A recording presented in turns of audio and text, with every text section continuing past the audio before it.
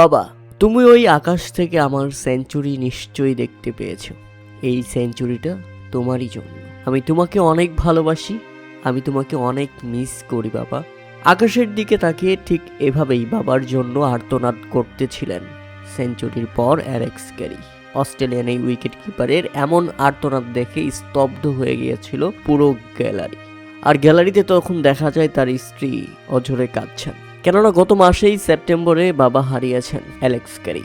বাবার মৃত্যুর পর যখন নিজের প্রথম শতকের কাছাকাছি গেলেন অ্যালেক্স ক্যারি, হয়তো বুকের ভিতর জমে থাকা বাবার হাজারো স্মৃতি উকি দিচ্ছিল তার মনে। হয়তো ভাবছিলেন বাবা থাকলে গ্যালারির দর্শকদের মাঝে দাঁড়িয়ে আমার জন্য হাততালি দিতেন। তাই সেঞ্চুরির দেখা পাওয়ার পর প্রয়াত বাবাকে মনে করলেন অস্ট্রেলিয়ান এই উইকেট রক্ষক ব্যাটসম্যান। অশ্রু ভেজা চোখে বাবাকে উৎসর্গ করলেন এসে যে নিজের প্রথম সেঞ্চুরি।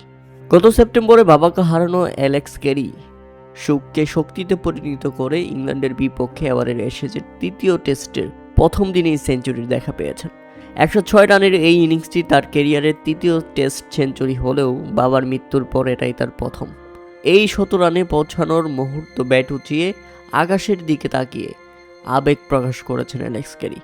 গ্যালারিতে থাকা তার স্ত্রীও কাঁদতে থাকেন তার এমন আজেহারি দেখে।